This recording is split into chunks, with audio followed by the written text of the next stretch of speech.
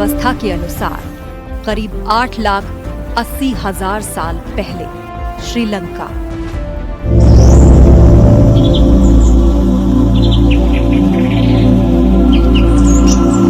प्राचीन से भी प्राचीनतम सभ्यता, जिसके रहस्य आज भी ज्ञान विज्ञान की समझ से परे है।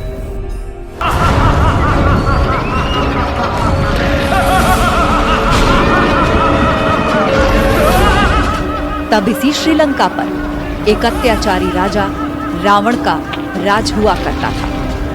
कहते हैं लंका चमचमाते सोने की बनी थी, लेकिन उसके अधिपति रावण का हृदय उतनी ही गहरी कालिमा से आच्छादित था। महाअभिमानी और सदाचारियों का परम शत्रु।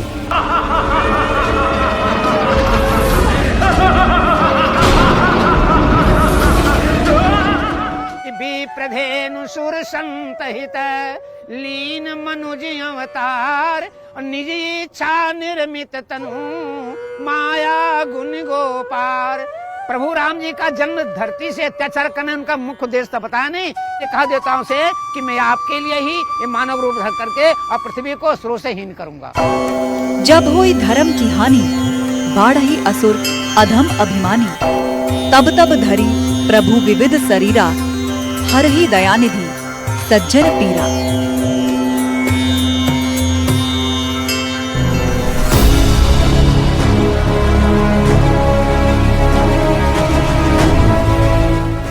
इसी हेतु से शुरू होती है मर्यादा पुरुषोत्तम श्री राम की अंतहीन कहानी।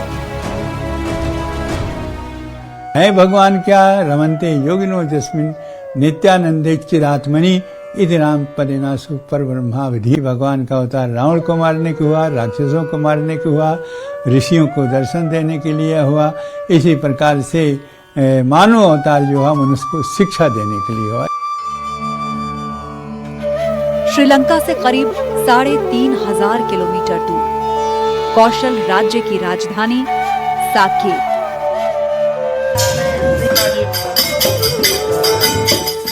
साकेत अर्थात जो स्वर्ग के समान हो। इसी साकेत को आगे चलकर नाम मिला अयोध्या, अर्थात जो अयोध्य है, जिससे युद्ध नहीं हो सकता।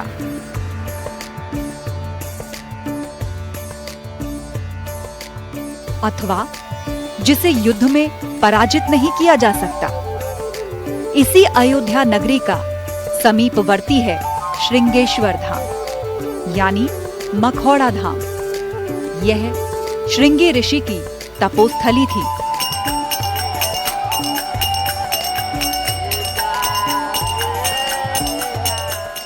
सुर समूह विनती करी, पहुंचे निज निज धाम। यानी ये जो देवता गण थे, इन लोगों ने परमात्मा से विनती किया। जगत जो है इसके बाद परमात्मा श्री राघवेंद्र सरकार का प्राकट्य होता है।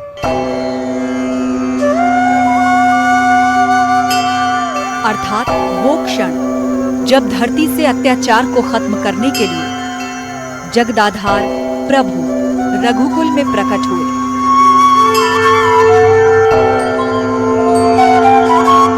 विप्रधेनु सुर संतहित लीन मनुज अवतार, निज इच्छा निर्मित तनु माया गुण गोपार। निश्चरहीन करऊं मही भुज उठायपन कीन, और सकल मुनि के आश्रम जाई जाई सुख दीन। परमात्मा श्री राघवेंद्र सरकार का अवतार निश्चित तौर से असुरों के वध के लिए ही हुआ था।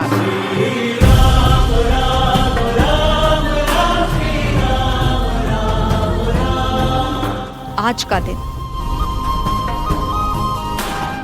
मैं अयोध्या।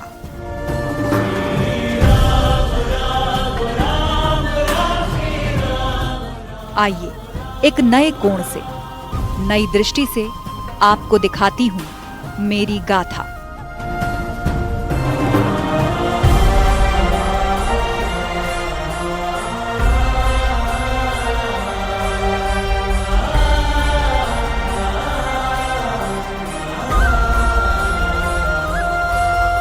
गाथा जिसमें वात्सल्य भी है, राग भी है, करुणा भी है, श्रद्धा भी है, द्वेष भी, श्रृंगार भी है, ध्वंस भी है और निर्माण भी। अयोध्या जो है कई बार पूर्ण रूपेण से ध्वस्त हुई, विनष्ट हो गई, और द्वितीय अयोध्या यदि विस्तार करने का काम किया तो विक्रमादित्य जी ने किया। कहते हैं अयोध्या में राम के काल की अब सिर्फ 2 चीजें बची हैं, एक पतित पावनी मां सरयू और दूसरी अयोध्या की माटी। बाकी जो कुछ भी है वो है संघर्ष और अंततः पुनरुद्धार। मनु ने इस नगरी को बसाया तो यहाँ जल नहीं था, जल का अभाव था। विष्णु के नेत्रों से आंसू गिर पड़े, जिस आंसू को ब्रह्मा जी ने, क्योंकि अमूल्य आंसू थी, उसको अपने कमंडल में रख लिए। उन्होंने वो कहा कि देखिए अब इस गंगा को हम देते हैं जो भगवान के विष्णु के नेत्र से ही है, इसीलिए इन सरयू का नाम नेत्रजा है। मैं काल के कपाल पर उल्लेखित वो शिलालेख हूं जो युग परिवर्तन के बाद भी अर्थवान है, सजीव है, अंतस में अनेक युद्धों का निःशब्द गर्जन समेटे अयोध्या, मैं अयोध्या हूं। 2 योजनानि महापुरी, 12 योजन और 3 योजन, तो 3 योजन चौड़ी 12 योजन लंबी। कि पहला द्वार जो पश्चिम का था वो वर्तमान समय में जो लखनऊ है वहां था। मैं ही वो अयोध्या हूं, पावन सरयू जिसके आज भी पांव पखारती है। भगवान राम की कुंडली में निर्दिष्ट वो भूभाग हूं जिसे विष्णु के अवतार ने धरती पर आने के लिए चुना। मनु और शत्रुपा, दशरथ और ये कौशल्या शत्रुपा हुई और मनु हुए दशरथ। तो उन्हीं कुल में कहा कि मनुष्य सहित मनु ये अवतारा लई हूँ जिनकर वंश उदारा, इसलिए भगवान का अवतार की अयोध्या में ही हुआ। मैं वही अयोध्या हूँ जिसने अपने आंगन में साक्षात परम ब्रह्म को घुटनों के बल चलते देखा, काग के पीछे भागते, रूठते, रोते, रिझाते, खिजाते देखा है।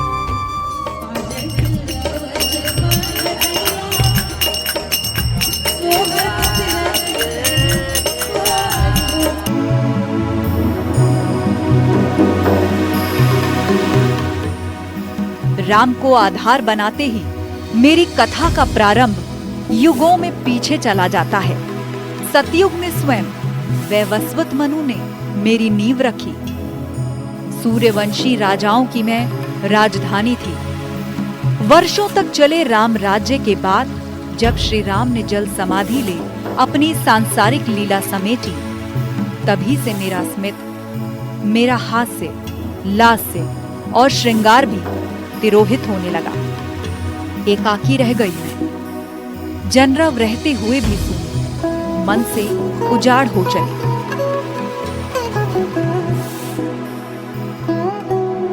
निर्माण में समय लगता है और विध्वंस में समय नहीं लगता है। पहला अयोध्या का निर्माण जो है मनु शत्रुपा के द्वारा हुआ था। विक्रमादित्य ने अयोध्या का द्वितीय पुनर्निर्माण किया और अहोभाग की बात है कि अब अयोध्या का जो तृतीय निर्माण हो रहा है।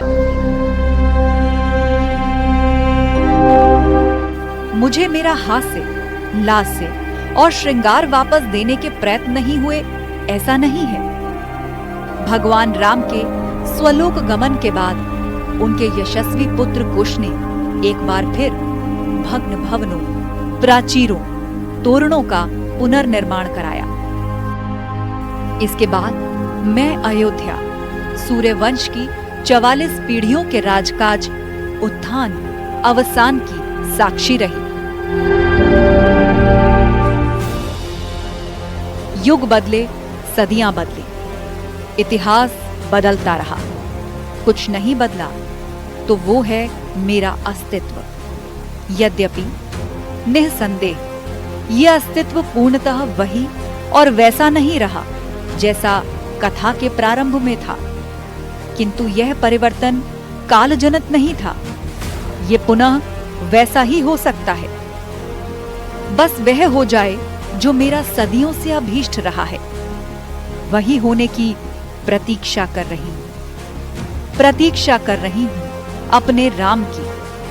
विश्वास था कि प्रतीक्षा सफल होगी और अब वो समय भी सन्निकट है। आखिर जिसने अहिल्या की प्रतीक्षा सुफल की, शबरी की प्रतीक्षा अभीष्ट प्रद की, वो मेरी प्रतीक्षा का प्रतिसाद ना दे, ऐसा कैसे हो सकता है? राम आएंगे आएंगे राम आएंगे, राम आएंगे आएंगे, मेरी झोपड़ी के भाग आज खुल जाएंगे। राम आएंगे, मेरी झोपड़ी के भाग आज। मैं अयोध्या ऐसे ही अयोध्या नहीं हूं जिसके द्वार पर भक्त हनुमान चौकी लगाकर बैठे हों और जिसके स्वामी के दरबार में सेवार्थ 8 याम उपस्थित हों। तो भला ऐसी अयोध्या कैसे अयोध्या न होगी? रघुकुल का नियम है, रघुकुल के वंश का ये नियम है कि बड़ा बेटा अयोध्या का राजा बनता है। तो लो कुछ इसमें दोनों बेटे मेरे बड़े नहीं हैं, हमारा तो बड़का बेटौना हमारे हनुमनुआ है। आपको जाना होगा तो वंश परंपरा के अनुसार हमारे हनुमनुआ को आप अयोध्या की गद्दी सब जाइएगा। परमात्मा ने वही काम किया, माँ जगत जननी के आदेशानुसार अपने बड़े बेटे हनुमनुआ को अयोध्या का राजा बना करके और तब जाकर गुप्तार घाट में जब समाधि लिए थे।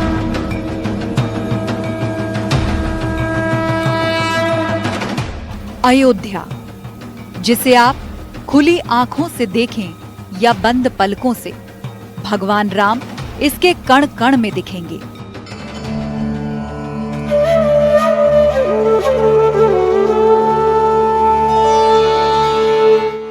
ये तो आप जान ही गए कि मेरा अस्तित्व अति प्राचीन है, इतना कि किसी भी कालखंड का इतिहास टटोलिए, अयोध्या किसी न किसी नाम रूप के साथ आपको मिल ही जाएगी।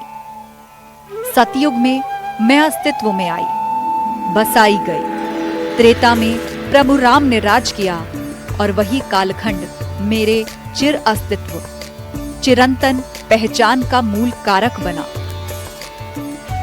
फिर द्वापर में महाभारत काल में भी अयोध्या में दीर्घ यज्ञ नाम के राजा ने राज किया, जिसे बाद में भीमसेन ने परास्त किया। अयोध्या, मथुरा, माया, काशी, कांची, अवंतिका, उत्तरी कृष्णमार्जित ब्लैक पॉलिश्ड वेयर और रेड वेयर दोनों के साक्ष्य हमें अयोध्या में उत्खनन से मिले हैं।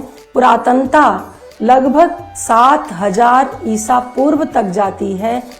कलयुग में पौराणिक काल से बाहर आकर अयोध्या का इतिहास अगर देखें तो गौतम बुद्ध के समय मेरा उल्लेख मिलता है, जब कौशल के 2 भाग हो गए थे, एक उत्तर कौशल, दूसरा दक्षिण कौशल, जिनके बीच में बहती थी सरयू नदी। आध्यात्मिक रूप से परम वैभव का यदि कोई सबसे अच्छा स्थान हो सकता है तो अयोध्या है। इसलिए भगवान बुद्ध ने इस स्थान को अपने त्याग, तपस्या और समर्पण के लिए अवचुनन किया। करीब 600 ईसा पूर्व में राजा प्रसेनजीत के समय में मैं श्रावस्ती की राजधानी थी। गुप्त सम्राट स्कंदगुप्त अपनी राजधानी पाटलिपुत्र से यहाँ लेकर आए और मेरा नाम रखा अयोध्या। तब अर्थात गुप्त काल में मेरी गिनती बड़े व्यापारिक केंद्र के रूप में होती थी। उस समय व्यापारिक केंद्र के रूप में उत्तर भारत में एक प्रसिद्ध नगर था। 2 नगर, एक श्रावस्ती और एक अयोध्या। पूरे सरजू के रूट पे खाली अयोध्या ही मुख्य नगर था, और जिसका गुप्तों के समय में व्यापारिक महत्व बहुत बढ़ गया था। शुंग वंश के प्रथम शासक पुष्यमित्र शुंग का एक शिलालेख अभी तक मैंने संभाल कर रखा, जिन्हें वैदिक धर्म के पुनरुत्थान का श्रेय भी दिया जाता है। आगे चलकर इतिहास के इन्हीं पृष्ठों, अभिलेखों में उल्लेखित तथ्य साक्ष्य के रूप में मेरी पहचान सिद्ध कराने वाले हैं। द्विरश्वमेध याजिनः, जो एक प्रत्यक्ष प्रमाण है कि पुनः सनातन धर्म को स्थापित करने वाला पुष्यमित्र शुंग अयोध्या में राज्य कर रहा था। बौद्ध काल में साकेत नाम प्रचलन में आने के बाद कुछ दशक ही बीते और पुनः मेरे मूल नाम अयोध्या से मेरी पहचान बनी। प्रमाण मेरे केंद्र स्थल से मात्र 24 किलोमीटर दूर करमदंडा गांव में मिलेगा। यहाँ एक शिलालेख है जिसे 435 ईसा पूर्व में गुप्त शासक कुमार गुप्त प्रथम के मंत्री पृथ्वी सेन ने लगवाया था। इसमें अयोध्या के ब्राह्मणों को दिए गए दान की बात लिखी है। कोसलाधिपेन दुर्यासमेध याजिनः सेनानी पुष्यमित्रस्य खष्टेन पिता फल्गुदेवस्य केतनम अकारयति। तो इस अभिलेख से ये जानकारी मिलती है कि सम्राट पुष्यमित्र शुंग के समय में जो है उन्होंने एक बहुत बड़े विशाल मंदिर का निर्माण भी कराया था। अब मैं अपनी वो कथा सुनाने जा रही हूँ जिससे मेरा अस्तित्व है, जो मेरी थाती है और जिसके बिना हमारी, आपकी या कहें पूरे भारतवर्ष की सांस्कृतिक पहचान अधूरी है। इस कथा के आधार तत्व भी राम ही है, लेकिन ये ऐतिहासिक है, पौराणिक नहीं। इसीलिए सत्यता पर कोई प्रश्न नहीं है। और हाँ, संघर्ष, जिजीविषा, त्याग, रक्तपात और बलिदान के उपरांत मनोवांछित की प्राप्ति की गाथा कम रोचक भी नहीं है। कथा है हमारे आपके सबके आराध्य प्रभु राम के मंदिर की। आज द्वितीय अयोध्या को जिस तरह से विस्तारित करिया एक गौ के निर्देशन पर, भगवती जब गौ माँ ने जब यहाँ आकर के और गौ के दुग्ध के द्वारा वही अयोध्या के उन चिन्हों को स्थापित करके और महाराज विक्रमादित्य ने उस अयोध्या को सजाने का काम किया। गीता प्रेस की पुस्तक अयोध्या दर्शन की पृष्ठ संख्या 98-99 में पहले राम मंदिर निर्माण का आख्यान मिलता है, जिसे गुप्त वंश के सबसे महान और पराक्रमी राजा विक्रमादित्य ने बनवाया था। जल निर्माण एक पृथ्वी के स्वरूप में एक गाय आई और वहाँ विक्रमादित्य आए और विक्रमादित्य ने कहा कौन सा स्थान है जहाँ जहाँ वो गाय गई है उसकी स्तन से दूर टपका है, वहाँ लिख दिया गया है कि यह स्थान है। उसके अनुसार से विक्रमादित्य ने अयोध्या का द्वितीय निर्माण किया। जैसे अयोध्या से श्री राम की कहानी जुड़ी है, ठीक वैसे ही राम मंदिर से राजा विक्रमादित्य की कहानी जुड़ी है।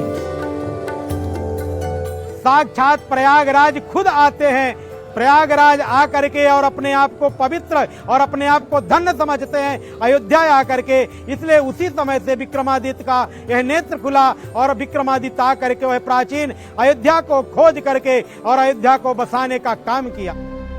सतयुग की अयोध्या को कलयुग में विक्रमादित्य के खोजने और संवारने का जिक्र रुद्रयामल ग्रंथ में भी मिलता है। कहते हैं कि राजा विक्रमादित्य ने 148 तीर्थों में कुल 360 मंदिरों का निर्माण कराया था, जिनमें मेरे राम का मंदिर भी शामिल था। उन्होंने कहा कि महाराज यही अयोध्या नगरी है और इस अयोध्या नगरी का आप पुनरुद्धार कीजिए। अयोध्या के 148 तीर्थों का जो है वो सुनिश्चितीकरण किया।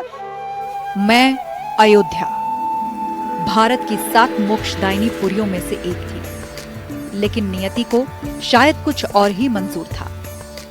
युग बदल रहा था तो मेरी परिणति भी बदलने वाली थी। अयोध्या के 9 द्वार बताए गए हैं।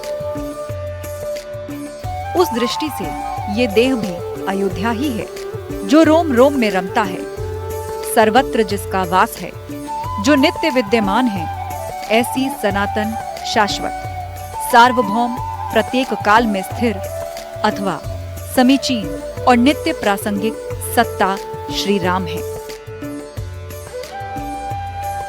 या मनुना मानवेंद्र या पुरी निर्मिता स्वयं, मनु ने ही इस नगरी को बसाया कि देखत पुरी अखिल अगभागा।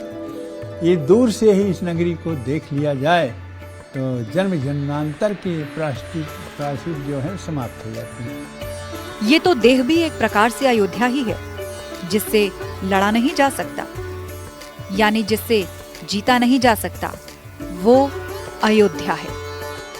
अब सवाल उठता है कि प्राचीन से भी प्राचीनतम अयोध्या की स्थिति क्या है और अयोध्या का महत्व क्या है। महाराज मनु की जो पहली राजधानी बनी है वो अयोध्या बनी है। तो अयोध्या राजधानी के साथ साथ हम कह सकते हैं कि मानवता को जो उत्स है, मानवता कहीं से प्रारंभ होती है। पहला मानव इस धरती पर, इस विश्व में आया और उसने किसी नगरी की स्थापना करके और अपने जीवन चक्र को आगे बढ़ाकर मानवता के उन्नायक सफर को आगे बढ़ाया है, तो उसकी भूमि अयोध्या है। भारत की हर धड़कन में श्री राम है, हर श्वास में रमे हुए हैं श्री राम। जीवन की आशा में परस्पर मिलते हुए दो व्यक्ति एक दूसरे को राम राम कहते हैं। मृत्यु पर श्मशान ले जाते समय राम नाम सत्य ही मोक्ष मंत्र बन जाता है। ऐसे राम की महिमा अपार है, अनंत है उनका विस्तार। भला ऐसे राम की अयोध्या किसी आक्रांता के आगे कैसे हार जाती, जबकि अयोध्या तो अयोध्य है। जो बाह्य रूप से नहीं, अंतर्गत जो अपने हृदय के द्वंद्व को समाप्त करके और मानवता को प्रसारित करने वाली राजधानी है, उसे ही हम अयोध्या करते हैं। जिसको कभी हराया ना जा सके, जिसको कभी जीता ना जा सके, जिसको कभी पराजित ना किया जा सके, जिसको कभी परास्त ना किया जा सके। वैसे तो मैं राम से भी प्राचीन हूँ। मैंने नगर शहर होते खुद को कई बार बनते, मिटते, सजते और संवरते देखा। सतयुग में मनु के मन में बसी मैं, त्रेता में महाराज दशरथ का स्वर्णिम युग देखा, राम का राम राज्य देखा, फिर उन्मादी बर्बरता की गवाह भी बनी। ऐसे तो मैंने अनेक युद्ध देखे हैं, भूमि पर अस्त्र शस्त्रों से लड़े जाने वाले भी और अंतस में चलने वाले भयंकर महायुद्ध भी। लेकिन 1528 में अयोध्या से लड़ा गया वो युद्ध, जो युद्ध नहीं, एक आक्रांता का आक्रमण और समर्पण के बजाय प्रतिकार में शीश कटाने वालों की सैन्य यज्ञ में आहुति ही थी। तब मेरी आत्मा पर प्रहार हुआ था, राम के नगर पर प्रहार हुआ था, भारत की सांस्कृतिक पहचान पर प्रहार हुआ था, राम के जन्म स्थान पर प्रहार हुआ था। लेकिन तब भी मैं हारी नहीं। मेरी आगे की कहानी अत्याचारी आक्रांताओं की इसी बर्बरता से भरी है, जिसे मैं अगले रविवार सुनाऊंगी।